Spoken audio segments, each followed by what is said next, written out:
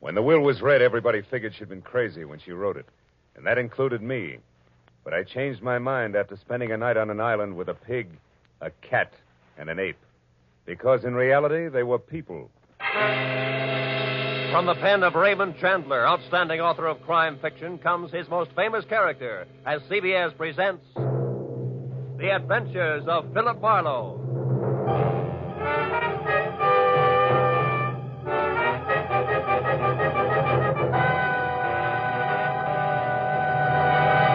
And now, with Gerald Moore starred as Philip Marlowe, we bring you tonight's unusual story, Where There's a Will. I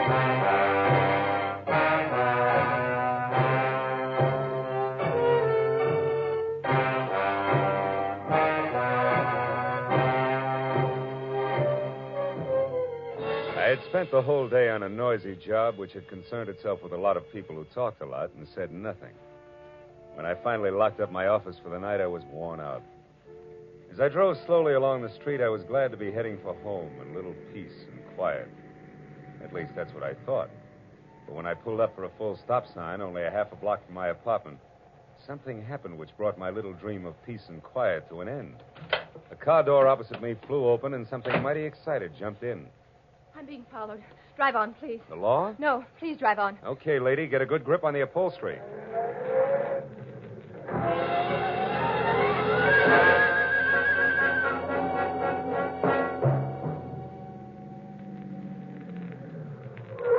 There, that ought to do it. Now, what's the... Say, you look a little pale and beautiful. I'm always pale when my heart's in my mouth. Well, then why don't you swallow once, take a deep breath, and tell me who was after you? There isn't much to tell. He was a nasty little man, that's all I know. So thanks for making like Barney Oldfield, and good night. Hey, not so fast. It's impolite to hitch and run. Look, mister, right now I'm up to my earrings in trouble, and that leaves very little time for small talk with strangers. Even nice ones. Well, in that case, the name is Philip Marlowe, which takes care of the stranger part, and I'm a private detective, which makes trouble my business. Where do we go from there? No place. $300,000 worth of hidden bonds, a screwy old lady, and a sculptor with a red beard are too much for any one-man police force, Mr. Marlowe. So again, good night. Before I could say anything, she was out and gone.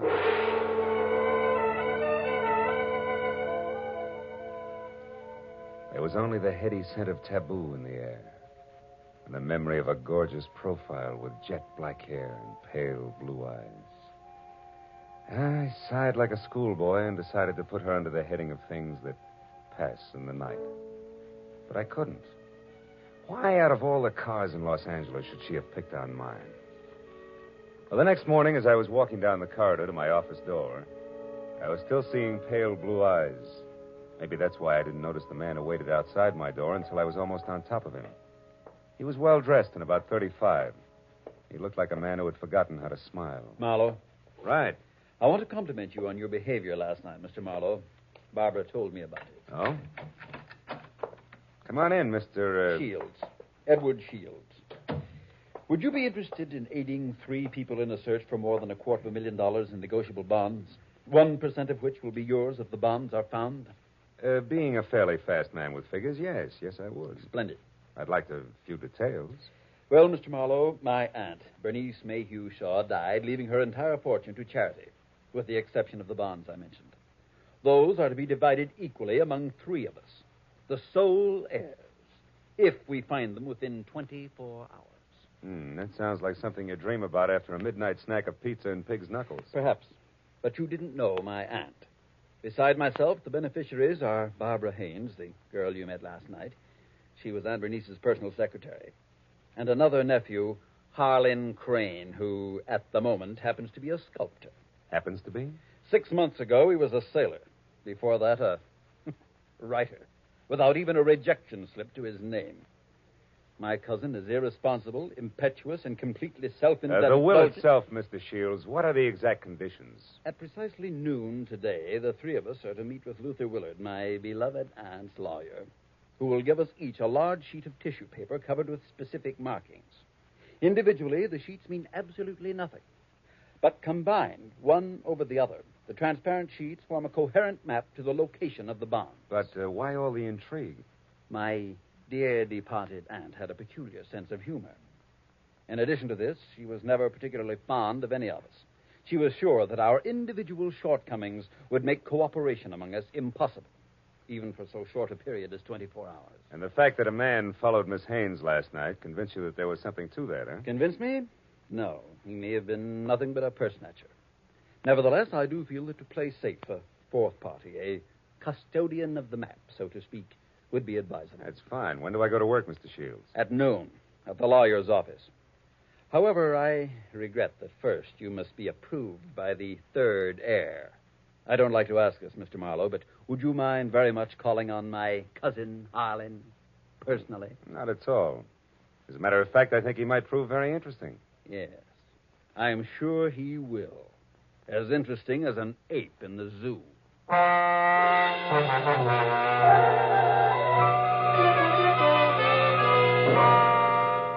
I felt like saying, look, Shields, I'm not as gullible as I look.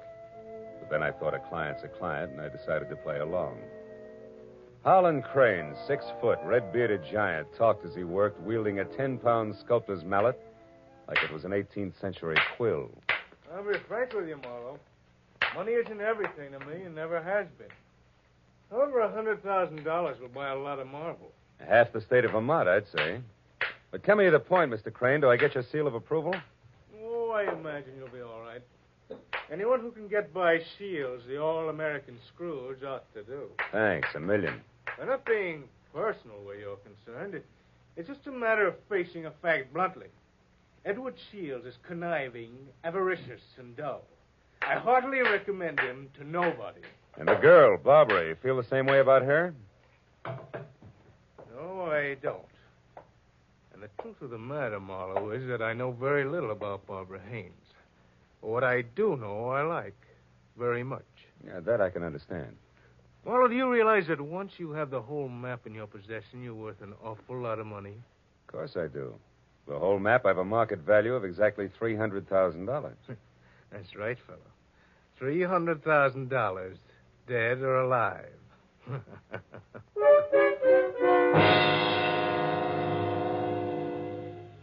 I know it was small of me, but I didn't exactly see the joke. And things got less funny as time went on. Later, as me and my trio got off the elevator at the lawyer's office, old Luther Willard, Aunt Bernice's attorney, was waiting for us, so excited he could hardly talk. I've been held up. What? Yes. A little man. He wanted the map. Little man, dark complexion? Yes. Had a scar on the side of his neck. Are the maps all right? The maps? Oh, yes, they're all right. Now, wait a minute, everybody. Give him a chance. Mr. Willard, tell us exactly what happened. This is Mr. Marlowe. We told you about him, Mr. Willard. Of course, yes. Come into my office. You see, I was putting some papers into my safe when this little man stepped up behind me and demanded the maps. Were they in the safe? No, thank heavens. Make yourselves comfortable. The please. maps, Mr. Willard. Where are they now? Well, right here, where they were all the time. Here under the blotter on my desk. Clever of me, wasn't it? Wax seals, still intact. I'll take all 3 of them right now, Mr. Willard. That is, if there are no objections. All right, then I guess we can be on our way. Hold on, Mr. Marlowe. There are still 2 things you people must know. First, in the event the bonds are not recovered within the 24 hours, I am instructed to open another sealed envelope, which I am happy to report is kept in my bank vault. That envelope contains a complete and simplified map and is to be turned over to a designated charity. And second, if any of you die before the allotted time is up, the bonds are to be divided among the surviving persons. And if none of us survives, Mr. Willard?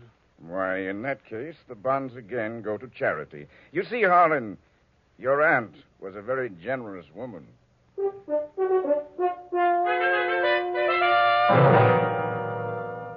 After arranging to meet with the 3 heirs at Shields' place later that afternoon, I headed for the nice and public library, where I figured I'd be able to examine the maps in safety.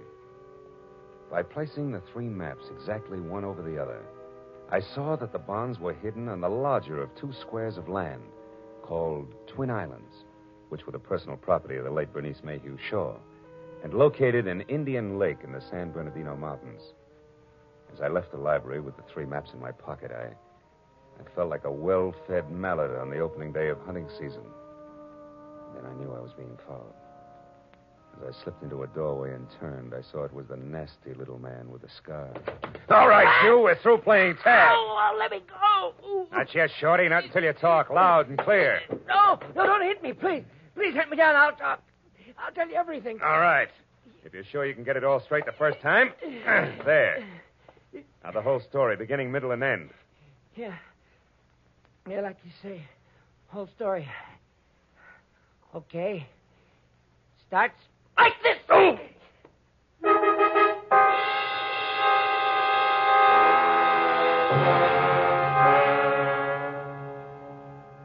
By the time I figured out that it had been the sawed-off end of a broomstick that had slammed my stomach up against my backbone, the little man was out of sight. Another 5 minutes went by before I quit calling myself sucker and I started to think straight.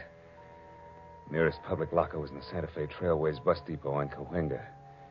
I went up there and deposited 2/3 of the map for safekeeping until we were ready to leave for Indian Lake. And I found a telephone, and a half a dozen calls later, I knew that a caretaker named Jumbo was the sole inhabitant of Twin Islands, and my last call was to him. I wanted some kind of a welcoming committee ready for us. When I left the phone booth, it was only 1 o'clock. So I returned to my apartment where I figured I'd rest until 3, when we were all to meet at Shields' place. But that was my second mistake. Because the moment I closed my apartment door, I was positive I wasn't going to get much rest. I had an unannounced visitor. Yeah, you look surprised, Mr. Marlowe. I am. I didn't recognize you at first without your broomstick. Yeah, I traded that in on this .22 target pistol here. It's more expensive, but it's better. Makes me as big as you are. Maybe bigger. Yeah, but how much does it do for your personality? Quite a bit. Gives me poise. And poise gives me manners. So in asking for that map in your pocket, I'll even say please. Come on, Marlowe. I won't say please twice. No, I don't think you would. Here. Thank you. Now, before I go, one more thing. The hall outside here is straight and narrow, right to the stairs, and that makes it fine for shooting. So after I step out, don't do anything rash. For a while.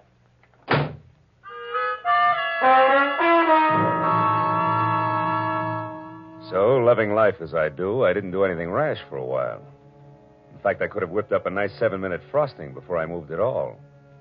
And I phoned the 3 heirs to get together at my apartment. When I finally had them all seated in front of me, I related the saga of the little man, including my premonition that one of the 3 present was signing his paychecks. Of course, I got nothing but Cupid doll innocence out of any of them. So after adding that we'd get underway just as soon as the missing 1/3 of the map was returned to me, I threw my trench coat over my arm and told them I was going for a walk. But before leaving them, I reminded them that whoever was behind the little man could fire him, because I would never have kept all 3 maps in one place anyway, unless all of the heirs were on hand to watch one another. And then I left. I hadn't walked more than a half a block up Franklin when I stopped at the sound of Barbara running after me. Phil, I'm scared. Harlan and Shields are acting like a couple of wild men, calling each other every name under the sun. What'd you expect? Chit-chat about the weather? I quit acting like a bobby soxer within squealing distance of Sinatra and try a cigarette. It'll calm your... What is it, Phil? Why are you smiling like that? What's wrong? Nothing's wrong, Barbara, nothing. It's just that I found this in the pocket of my trench coat when I went for my cigarettes. It's the map. That's right. The missing 3rd. It's back already.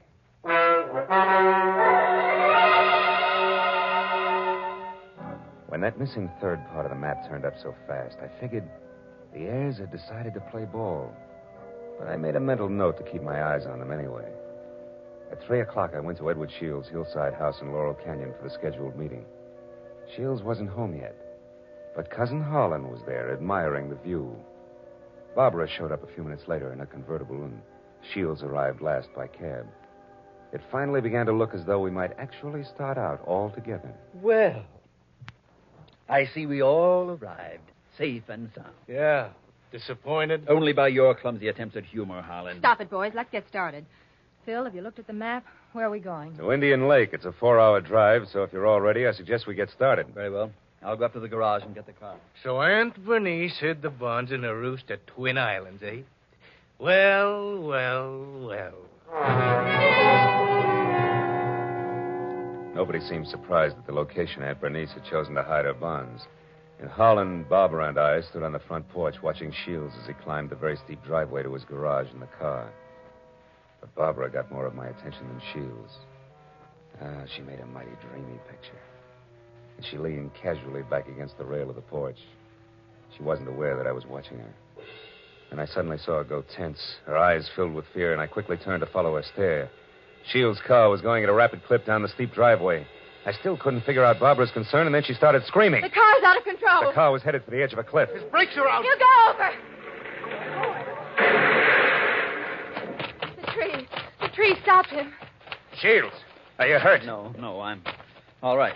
The brakes. I tried to stop You them. hadn't hit that tree. Should have gone over the edge. Let's have a look at those brakes, Shields. Well, no wonder. What is it? Brake line's broken. Every drop of fluid drained out. I might have been killed. No might about it, Shields. We stood there for a while, all looking at one another, but nothing was said. Brake lines rarely snap accidentally. And I remembered that Harlan had been at Shields' house early, and the car had been in the garage, and Barbara... Well, I had to admit that she actually had anticipated the car going out of control. Well, the 24 hours for finding the bonds were slipping by, and I knew we had to get to Indian Lake. We held a short powwow without passing the peace pipe, and we decided to take Barbara's car. We picked up the rest of the map, which I'd checked at the bus station, and we shoved off. After a 4-hour drive that was about as relaxing as the thought of an overdue time bomb in a day nursery, we finally pulled up to the shores of Indian Lake. Jumbo, the caretaker, was waiting at the dock. He knew how to handle a boat, and a few minutes later we could see Twin Islands. We headed for the smaller of the two, where I could make out a rambling lodge. The other island, a quarter of a mile away, seemed deserted. Shields was the first one ashore. Here, Barbara, let me help you. Run along, boy. I'll help Barbara. Thanks, Harlan. Well, Marlowe, what now? Well, first we go up to the house. Oh, Jumbo, you got everything ready for us? Hey, Jumbo. Huh? Oh, sure. Everything's ready, Mr. Marlowe. Just like you said, I opened 4 of the upstairs rooms. Open the rooms? We're not going to sleep out here, are we? I'm going to try. But this isn't a vacation. We're here to find the bonds and get out. You realize it's almost 9 already? That leaves us just 15 hours, Marlowe. Yeah, I know. I got a good watch, and I count to 24, and I'm also giving orders to you Don't three. get high-handed, Marlowe. You're an employee of ours, and that's all. Let's get the map together and start looking for those bonds right now. Take it easy, big man. The bonds are hidden on the other island. The map is as tangled as a second-hand spider web. We wouldn't get anything at all down in the dark. That's your opinion. Look, and you people hired me to help you find those bonds. If I have to get nasty to make you take orders, I can do that, too. Now, let's play like we're smart and go up to the lodge and relax. All right, Marlowe. But remember, we'd better have those bonds by tomorrow, or someone else will be nasty. Very nasty. And I mean me. What? You too?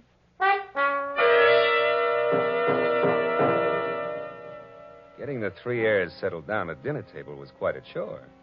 And when I was sure they'd keep an eye on each other, I slipped outside. I hid 1/3 of the map in a drain pipe. Then I went upstairs to my room, and I hid another third in the window shade. Now, the maps were settled, and I began to think about other things, like the accident to Shields' car. There were too many accidents and coincidences to suit me. So I decided to drop in on Cousin Harlan's room to see what I could see. After 15 fruitless minutes, I was about to leave when something in the wastebasket caught my eye. The corner of a half-hidden handkerchief monogrammed H.C. I had just picked it up when I saw Jumbo standing in the open door. That handkerchief there in your hand. That blood on it? No, it looks more like brake fluid. And in this case, it's practically the same thing, huh?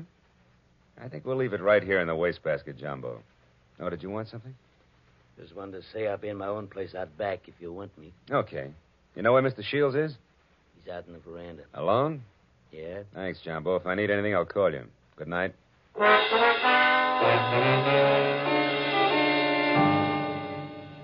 Shields. Oh, it's you, Marlowe. What's wrong? You sound like a man expecting trouble. I was nearly killed in my car this afternoon, and I don't think that was the end of it. Yeah, and don't stand too close to high windows. Thank you. It's comforting to know that I am not alone in my suspicions. Maybe, How are you betting? On the beauty or the beast? Don't be absurd. I hope someday to marry Barbara. Yeah? Well, a guy might be beating your time right now with a sculptor's mallet. You may be naive, Mr. Marlowe, but Barbara isn't. I saw them just a moment ago walking down to the boathouse. Harlan's galloping after her like a half-baked idiot, as usual. But if Miss Haynes prefers me, what can he do about it? There was an answer for that, but it seemed a little obvious under the circumstances. Well, a few minutes later, Shields went inside, and I made a beeline for the boathouse to water down a certain hot-headed sculptor named Harlan. When I got within earshot, I knew I'd be as welcome as whooping cough at a glassblower's convention. So I stopped and listened. Barbara, darling, I'm falling in love with you. You know that, don't you? Let me hold you close. Harlan, Oh, Harlan. This is real, Barbara. For the first time in my life, I'm truly in love. I want to do things for you, make you happy. Please wait. I'm not completely free. There are still ties with Edward, you know. Shields. That fat, stingy Babbitt. He's no man for you. Why, if he so much as touches you from now on up... Wait a minute, Barbara. Marlowe, you cheap snooping eavesdropper. Eavesdropping's a minor vice compared to some of the shenanigans going on around here. Just what do you mean by that? A word to the wise is sufficient. I'll give a few more. Now, somebody's trying to cut our little triangle down to two sides before noon tomorrow. What I've seen so far I don't like, so I'm warning everybody. Just what are you accusing me of? Harlan, stop it. Don't be a fool. Will you cavemen control yourselves until those bonds are found? Come on, Harlan, let's go in. Good night, Marlowe. Don't get your head caught in any transoms.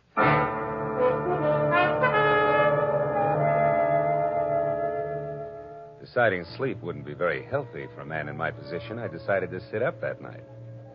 And it was about 2 o'clock when I looked out the window and saw something mighty interesting. A light was moving on the other island opposite us. I got hold of Jumbo, and we went over there as fast as we could.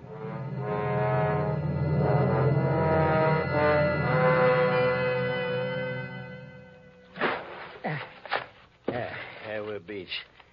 That light's dead ahead, Mr. Marlowe. Looks to me like it's up in the picnic shelter. Yeah, I'll see you later, Jumbo.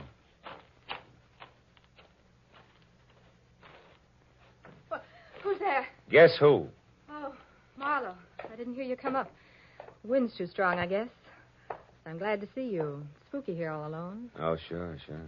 What's the idea? Decide to do a little freelance prospecting? No, that's right. Bernice Mayhew loved this spot. And I had a hunch she hid the bonds here in the base of this table. Oh, I guess I was wrong. Oh, come on, Marlowe. Limber up. You can't blame me for trying. Listen, beautiful, don't flap your eyelashes at me. I can't see anything but double crosses right now. All right, if you've had your fun, let's go back to the lodge, Don't be that way, Phil. Phil, the sun will be coming up in 2 or 3 hours.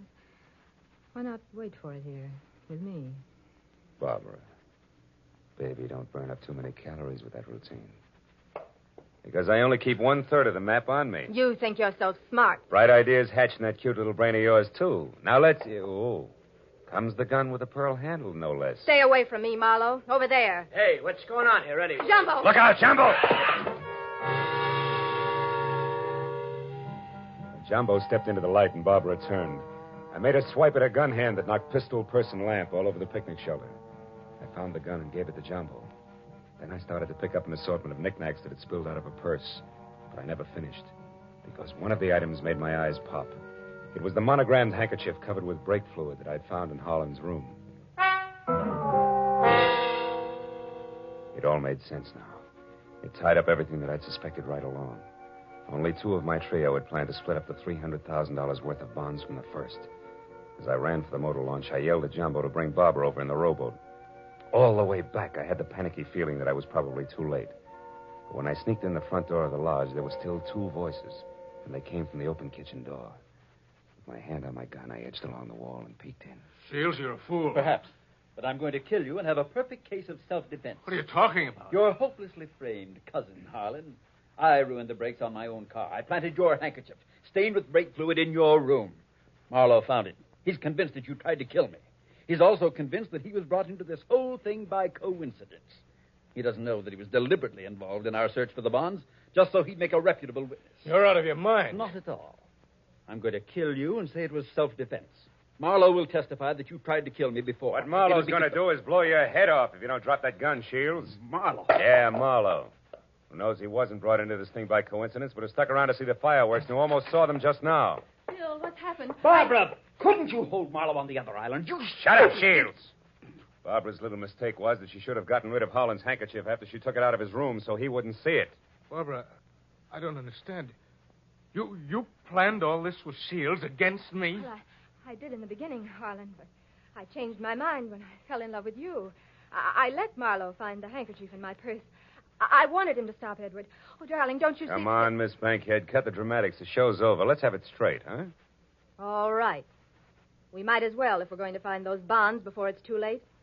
Edward and I did plan it. We even hired the little man who tried to get the maps from you. And when that didn't work, you planned to get rid of Holland and split the $300,000. So we failed. So what? We're right back where we started. 100,000 apiece.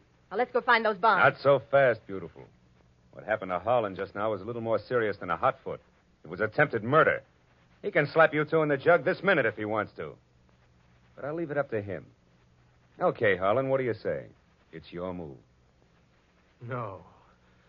I've got a better idea. Marlowe, 1/3 of that map is mine.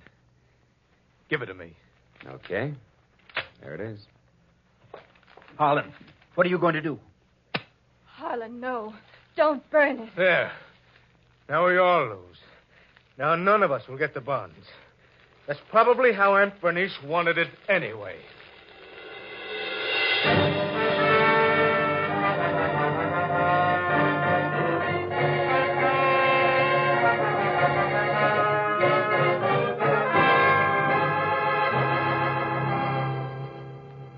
It was almost noon. I was standing on the veranda of the lodge, and a scrawny old crow was perched up on the roof. I saw Barbara and Shields quietly pull away in a boat with Jumbo. And I saw Holland lumbering off to the far end of the island to sulk. And as I watched the three of them, I couldn't help thinking. A pig in a pinstripe suit, an ape with a red beard, and an alley cat in nylon. Yeah. Keep laughing, Aunt Bernice. You were right. Greed, treachery, and rashness don't mix, even for 24 hours. And the 1% of the bonds I was to get? Well, that's my contribution to charity. Who knows? Maybe I can take it off my income tax.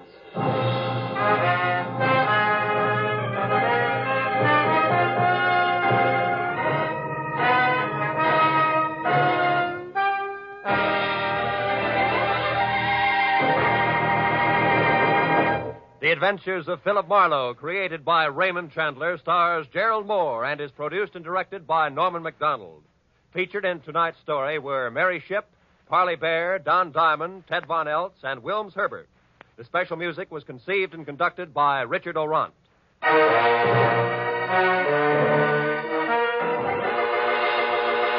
Be sure to be with us again next week when Philip Marlowe says... When I got the crisp $50 bill in advance, I figured my client had a heart of gold.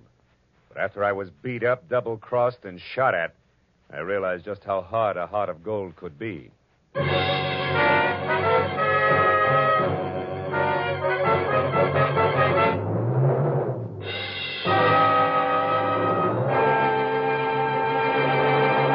Raymond Chandler, Dashiell Hammett, John Dixon Carr. 3 great names in the world of mystery and thrills. 1 down, 2 to go today on CBS.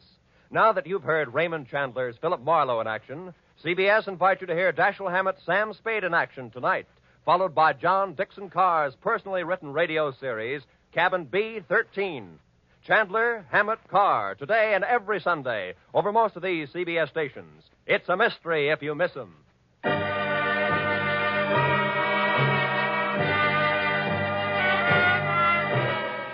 Roy Rowan speaking for CBS, the Columbia Broadcasting System.